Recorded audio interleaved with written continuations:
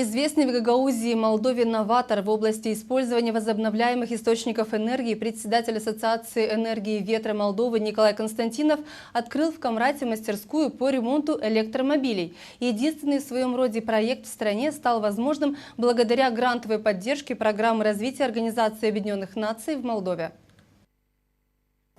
Идею создания мастерской по ремонту электромобилей Николаю Константинову превратить в бизнес-проект помогли эксперты центра СИСЛАБ в Камрате в рамках курса «Поддержка в трудоустройстве и планировании собственного бизнеса». Общими усилиями был разработан бизнес-план. Затем проект прошел конкурс грантов Мэни-фонда программы ООН в Молдове и получил финансирование в размере 3000 евро. На эти деньги, а также собственные вложения, Николай Константинов в своем домовладении оборудовал мастерскую и офисное помещение.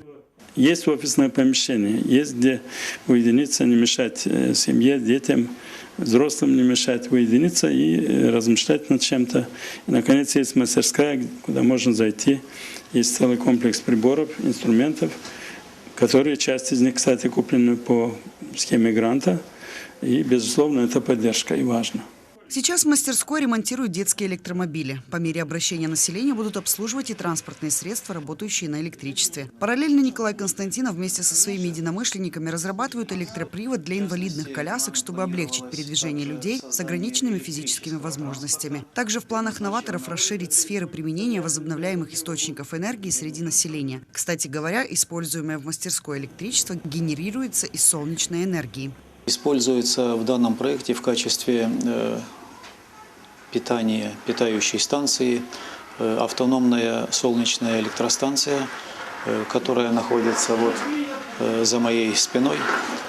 Она отличается от существующих тем, что не используются накопительные аккумуляторы, а выработанная энергия напрямую направляется на нужды, в частности, вот данной мастерской. Идеи камрадского новатора Николая Константинова находят большой отклик и интерес среди молодежи. Вместе с учащимися городского профучилища было реализовано множество инновационных проектов. Ребята будут принимать активное участие в работе мастерской. Нравится заниматься электротехникой, ну и электромобилями.